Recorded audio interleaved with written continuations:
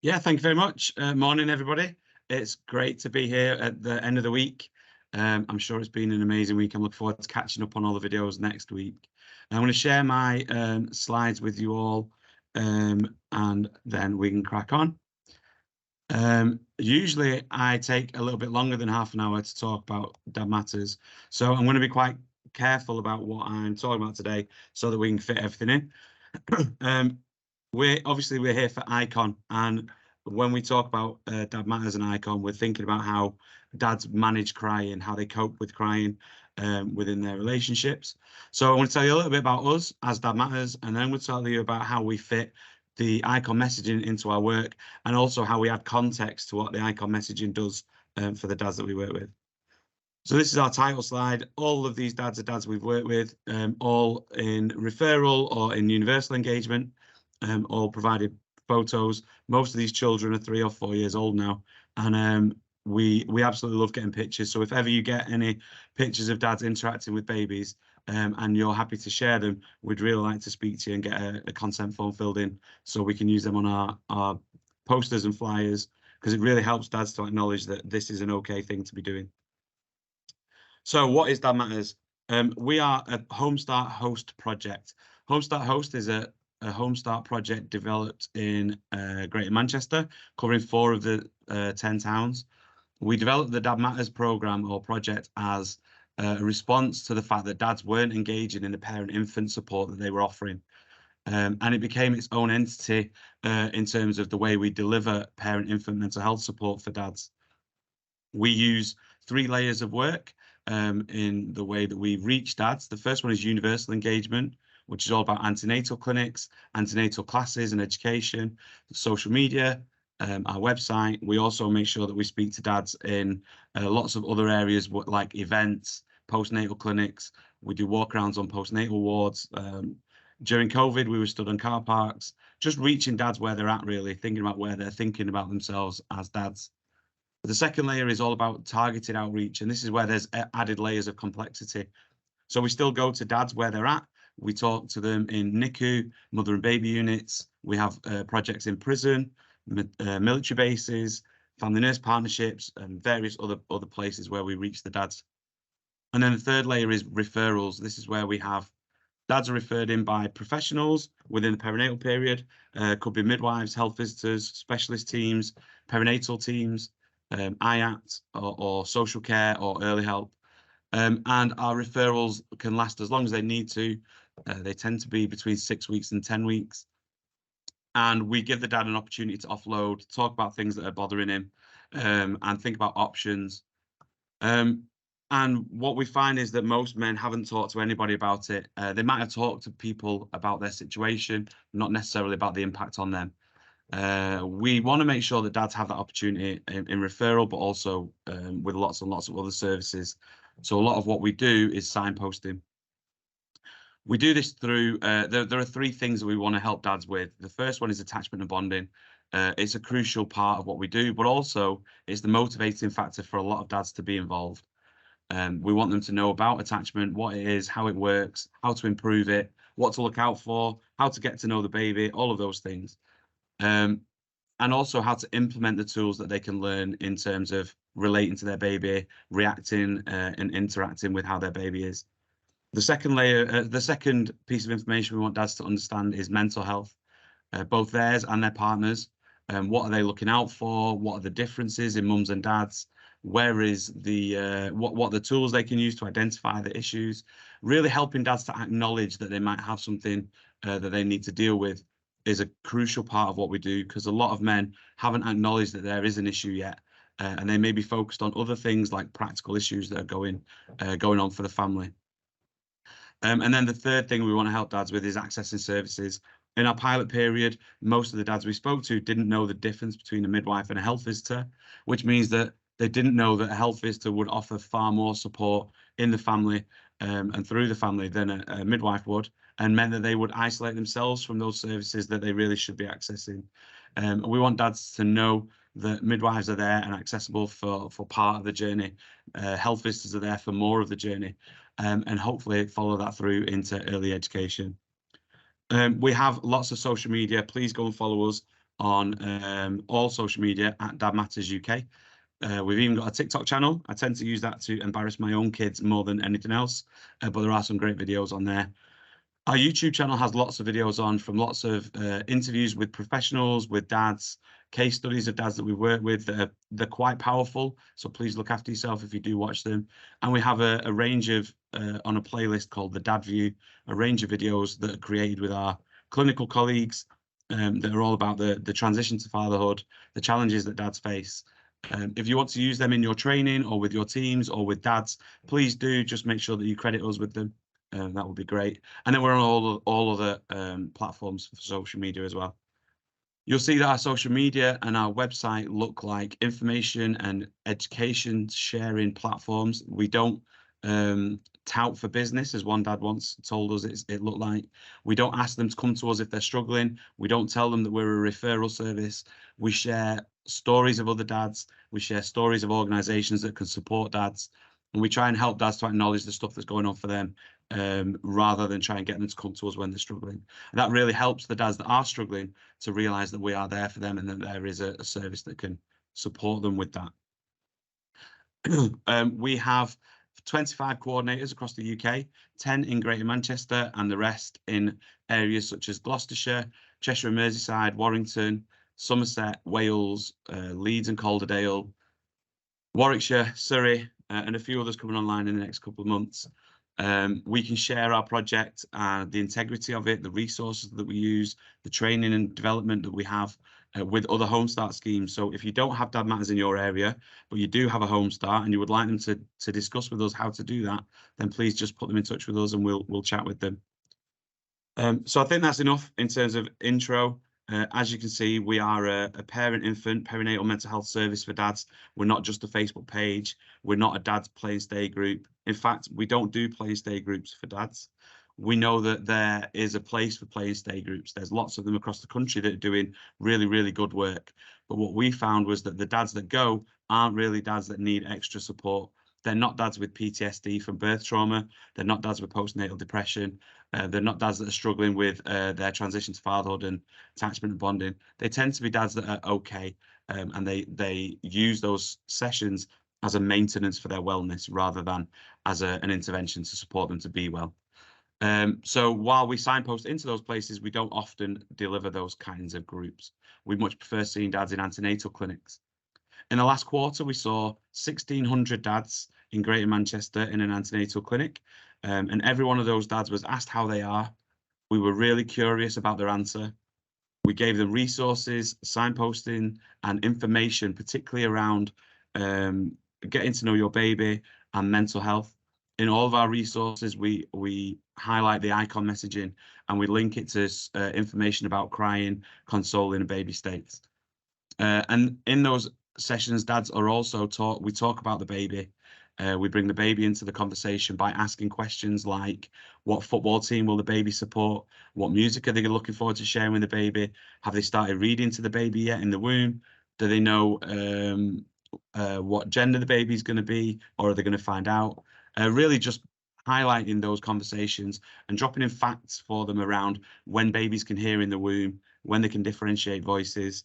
Information about skin to skin and baby states can really help to those dads to acknowledge that there is more to learn at that point and they don't need to wait until baby arrives. So that's it for introductions. So these are some of the slides that we use in our new dad workshop and our antenatal class sessions. And we start off by talking about crying as a baby state. So as you can see on the screen, this is the reasons for babies to cry. Before this, we've talked about awake states, sleep states, interacting with baby, understanding baby's cues, looking for the cues that babies are giving off, the early cues particularly for things like feeding and being uncomfortable. And we use the Brazelton baby states information from the newborn behavioural observation to really underpin the information that we give to dads. When we talk about baby states, we're talking about how they interact in a positive way when babies are alert. We talk about how babies habituate their sleep and know what kind of sleep they need for their development, and that we can help them with that by acknowledging their cues again.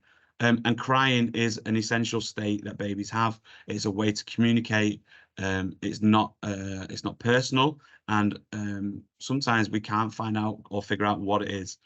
This slide's all about trying to identify what baby might need. And most of the dads come up with most of these on the list. And sometimes there's other things as well. We're very clear to point out that sometimes babies cry because they need to feel safe and just might need a cuddle, and that it's okay just to cuddle them if that's the thing the baby needs at that point.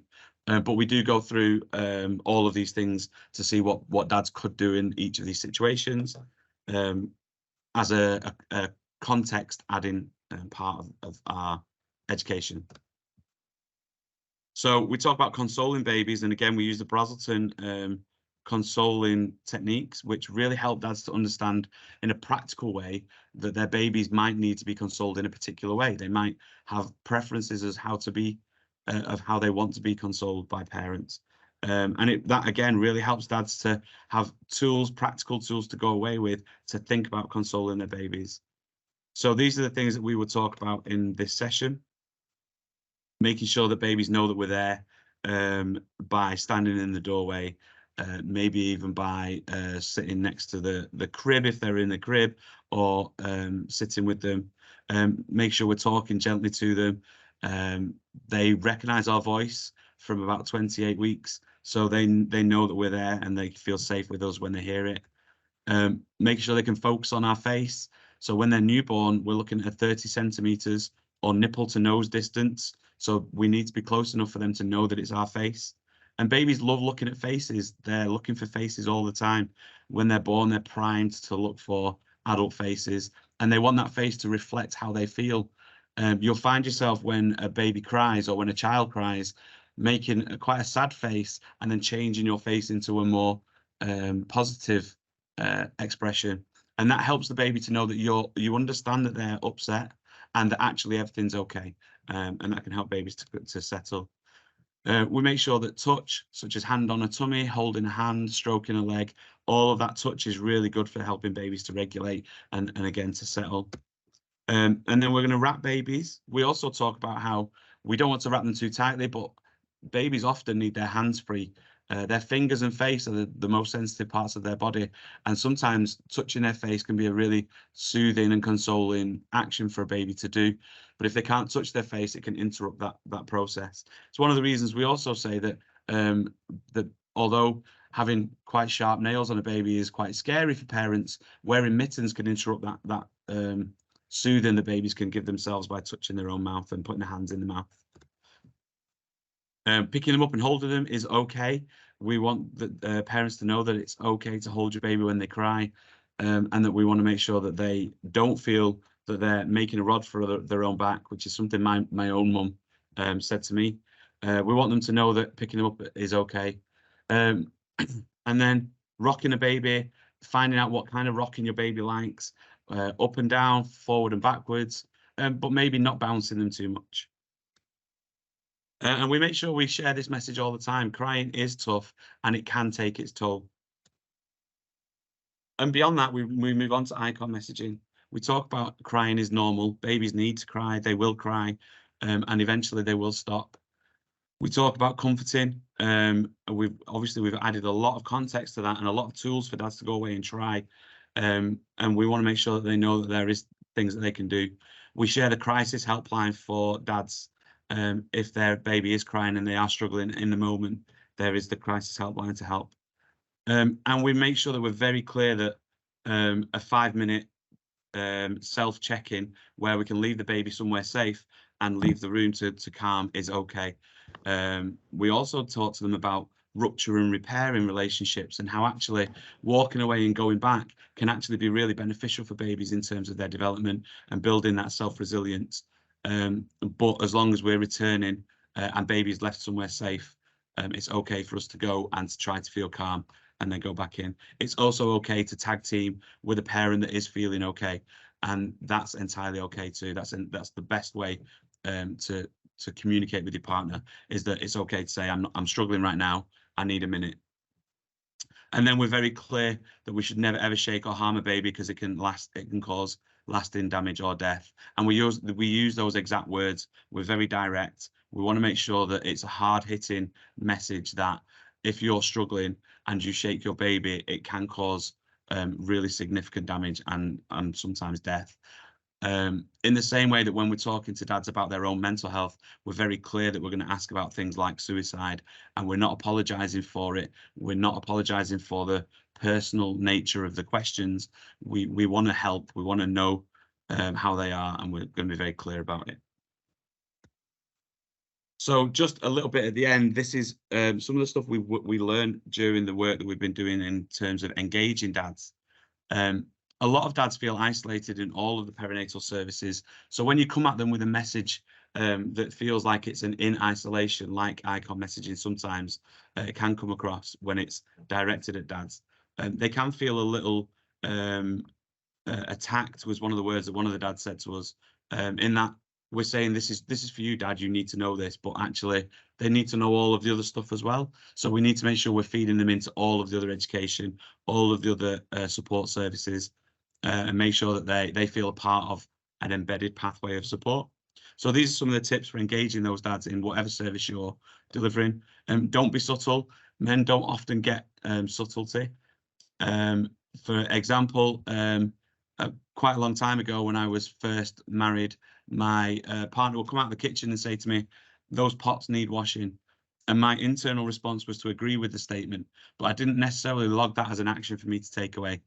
But we learned how to communicate, and the communication became, "Will you please wash those pots?" And my response then was an answer to the question, and it really helps just to change the subtlety of the hint, if you like. And we want to be able to ask direct questions. We don't want to apologize for the questions that we're asking, and we want to use the language that that dads will use. Make sure that we're using really direct questions and assertions. Being honest is important, because a lot of dads often feel that they don't get all the information and that they rely on the mum to feed that into them. We need to make sure that dads understand the reasons for certain things, and the payoff or outcomes for the information we're giving them is a crucial part of whether or not they're going to take that on board. Dads in general love facts and graphs and statistics. Just last week, I was talking to one of my friends who's a new dad, and I was telling him some of the facts around how babies interact with them, how hormones change in men, and he was blown away by it, but he was really, really interested. And since then has asked for links to some of the information so he can learn more about it. So facts are a great way to engage with dads. Tangible and tactile information helps. I think we mean really resources. So things like DadPad, like the Baby Buddy app, and a few other really well put together resources can really help. At Dad Matters, we have our resources that we've developed with dads, but also with our clinical partners at the Early Attachment Services, again, including things like icon messaging, Lullaby Trust, Crisis, Basis, for that support around what can happen in the transition to parenthood. Dads often want information and education before an intervention. So we need to make sure we're educating dads, we're giving them resources, we're showing them videos, we're sharing those facts. And we're building a relationship based on us knowing what we're talking about, because then they come back to us when they need support later.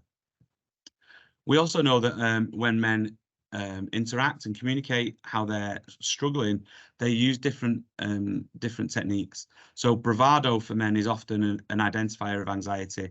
Men will talk about something in an inappropriate way, make inappropriate jokes, and you can see that sometimes dads, when they talk more than they would normally, you might want to be a bit curious about what it is that they're talking about. But we're also talking about the symptoms of mental health in men can also present quite differently.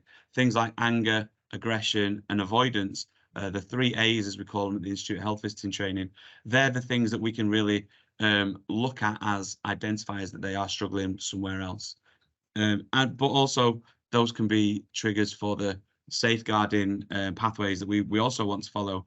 And we need to be curious about the situation the dad's in, and not just assume that aggression and anger isn't related to becoming a new dad, having postnatal depression, having PTSD, or having any number of other mental health issues.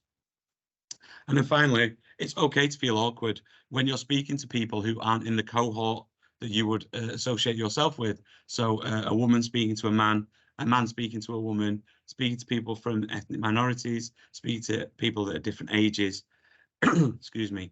All of those things make us feel awkward, but the information that we want to share with dads is the same information that we want to share with all parents. And so when we're confident in the information and the content that we're sharing, then we can bypass that awkwardness. Maybe it'll last a few minutes, but once you start talking, it will disappear. So that's it from me. And I'm going to stop sharing my screen. I have shared everything in a really, really quick whistle-stop tour. There's so much more that we do in terms of reach and engagement and education. If you'd like to know more, you can email me for more conversations. If you'd like to know about commissioning Dad Matters in your areas, again, get in touch with your local Home Start or with us, and we can have a conversation. And if there's any questions, we've got a few minutes to be able to do that as well. That's great. Thanks very much, Kieran. Lots of information there, lots of top tips for all the comforting methods. And obviously the rupture return, I've forgotten about that within my health sitting, so it's good to bring that back to front of my mind. But yeah, really, really great presentation. Thank you, Sue. Hi, Kieran. Thanks so much for that. It's really interesting. One of the things I was just going to ask you was, we heard from somebody else earlier in the week that when they give the never ever shake or hurt a baby bit of the icon message, they sometimes get a surprised look from a parent, not a upset look or an aggressive look, just a surprised look. And I was just wondering what reaction you got. I wouldn't say that it's surprised, really. I think that because we build the icon messaging into the Brazelton consoling methods, the baby states information, it's a whole package of tools and information. I think that is for us, that's the key piece of information that helps dads to understand why all of the other stuff is important. And they do tend to take it on board. And as I said, we're very direct. We don't shy away from it. We don't apologize for it. We're very direct that if you're struggling and you don't take time to look after yourself, this is a possibility, and you don't want that to happen, because they don't want that to happen. In the same way that all of the other stuff that we talk about, like suicide for men, is a possibility if they're not looking after themselves. We're very clear about what outcomes might be. And when you speak to men, outcomes is a very big part of what they want to engage or why they want to engage with you. So payoff or outcome is part of that. So yeah, I don't think I've noticed any surprise looks. You know, it's very much been a part of the messaging and the pathway. Brilliant. Thanks so much for that. Sarah, I can only see one hand. I don't know if you were first, but hi, Sarah. Hi, Kieran. A really, really informative and helpful talk. I was interested in terms of Dad's Matter, and so I work in West London, and whether you have any sort of your services in West London or where you're based. So no, we don't have anything in West London yet. It's possible. We do have some really great connections with Home Start London, which is the consortium of Home Start schemes in London. And we've done some presentations for perinatal teams in different areas of London. I'm not sure if we've done your area. I'd be happy to come and chat to service leads, commissioners, Home Start, whoever that might be, about how we do what we do. In Greater Manchester, we have 10 towns, cities, with a birth rate of about 40,000, and we have 10 coordinators. And most of our funding is through the NHS Perinatal Mental Health Pathway, and we're embedded in the pathway as part of the peer support offer. We also have Family Hubs funding in certain areas where we're delivering our project through Family Hubs, where we add a couple of extra things in terms of face-to-face education in Family Hubs, whereas normally it would be online or with midwives. So there's lots of options for us to do it. We just need to find somebody that wants to fund it and a Home Start that can deliver it in that area. Could you share your contact details? Because I work in a perinatal team, so interested to think. Absolutely, I'll pop my email in the chat. Thank you. Thank you. Carly's got a hand up. Hi, Carly. hello. Sorry, I'll put my. Oh God, right. Hello.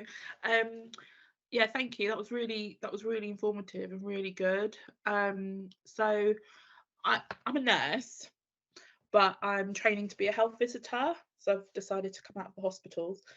But since like kind of working in the community, I have noticed that we don't, like, you're right, like a lot of the teaching is geared towards mum, and there is kind of like, especially when it comes to like the 6 to 8 week visits, I've noticed that we kind of go through asking mums about their mental health, and then you kind of, if dad is there and able to be there, because obviously our paternity leaves aren't great in this country, it's kind of like a, oh, and you can access it too, dad, like that sort of, yeah. And I think I've become a bit passionate about it now, actually. I want to kind of like look into it, and especially, so I'm based in Milton Keynes, and we don't, and I think like having Dads Matters in our area would be fantastic. There is someone that has set up a group called Man Cave. I don't know if you've heard of it, but it's brilliant. It's been really good, and actually it's had a lot of engagements with dads. I'm trying to gear around my question really, but like it was more kind of, I'm struggling to kind of find like statistics on postnatal depression in dads. So my question is like, is it because I'm not looking properly, or there isn't a lot of it out there, like we're not measuring it? Does that make sense? It's maybe a bit of both. Right. There are statistics, but they're very hard to find. There's not lots of them. There's not a lot of research happens, but part of that is because we don't collect data on dads. As you said, if the dad's not there and you're not doing any direct work with him, you're not going to open notes on him, so you're not going to have data on him. And there are no dads present in maternity notes at all, because the notes are for mum until they're handed over to health visiting and it becomes the family. So we don't get data in that period either. So it's really, really hard to get data. What we do have, and I'll share the link to it, is a report. There was a gathering report that was done by Mark Williams, and we hosted it on our website. And it's a gathering report, lots of different places with lots of different data. Is that what he's done over like 10 years, or was that? So this is it's a gathering report, so it's gathering lots of other bits of research over time. I think it might be the last 10 years, yeah. So there's a PDF on our website. I've put the link in the chat so you can find it. Oh, fantastic. Thank you very much. No worries. Thank you. Your email in there as well? Yeah. Yeah. All right, thank you. And if anybody thinks of anything afterwards and don't have Kieran's email, please email me and I'll put you in contact with Kieran, no problem at all. Carly, I think, I don't see any other hands except Carly's, but that was who was just talking, I think, wasn't it? There's just one comment about resources, but I presume they'll all be on your website. So our resources we would only use in our commissioned areas, unfortunately, because it's part of a whole support pathway. So our resources and then all of our projects are all interlinked in terms of brand and message, so that dads who come into referral with us have seen it all the way through. So what we wouldn't want to do is share resources in areas where that support isn't available. So unfortunately not. I don't mind having chats with you to talk about resources that you want to create, and we can do. We have done some consultancy with other organisations to do that as well. So if you want to get in touch, we can maybe have a chat about that. But I can't actually send them to you to use. Yeah, just look. It's brilliant. Thank you, Kieran. Has anybody else got any comments? Like I say, all the webinars have been recorded and they will be on the website, on the Icon Week page where the programme is. Instead of join here, it'll say watch now. If you can't, some NHSs were having trouble watching from that link, so there's another link at the bottom via the YouTube if you are having trouble accessing it because of securities. And one other thing to say is that we do have a new dad workshop that we run online. So we deliver this face to face within an antenatal class that's being delivered by midwives. It's for dads with babies under 12 weeks. but anybody in the UK can book onto it through our website. I'll put the link to that in the chat. We would prefer it if you didn't put it on any written or paper resources, but you can definitely signpost to it verbally to dads and tell them about our social media, tell them about our website, and there's enough there. There's also a closed Facebook group that any dads in the UK can join that's moderated by us, so another resource for you to signpost to. It's brilliant, thank you. And I just put the evaluation link in there as well. But obviously, you know, any questions, please do email me, and I can obviously put you in touch with Kieran. And that was brilliant talk. Thank you, Kieran. Anybody else got any more comments before we leave? Thank you. Thanks, everybody. Thanks, everybody. That was great. So our next talk is our parents, who will be here at 11:15. If you're able to come and listen to them. Obviously, that's the reason why we're all here, and it's really be great if you could come and support them and do their talk. So we'll see you all back about 11:15. Thanks, Kieran. Thank you. Thank you.